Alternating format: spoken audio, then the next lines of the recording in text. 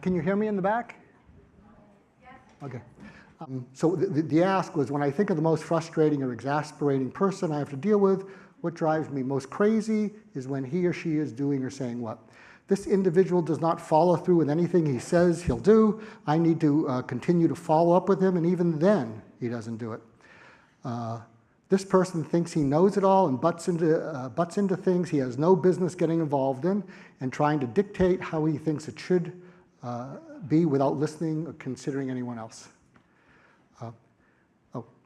Describing how stressed out and difficult demands are in her life, when in actuality, they don't hold a candle to what I'm dealing with.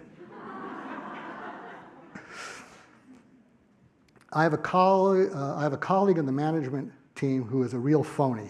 He says things in meeting that are the opposite of, oh, here's an essay, of what he said in one-on-one conversations, makes promises relative to work he doesn't keep, and is often unresponsive or doesn't follow through on things he says he'll do or will make happen. I can't count on him to do anything. The guy who holds the floor but says women talk too much, even though he drowns everybody else out.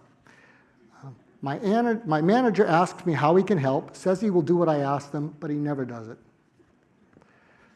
A colleague whom I depend on, who is always charming and friendly, but never gets anything done.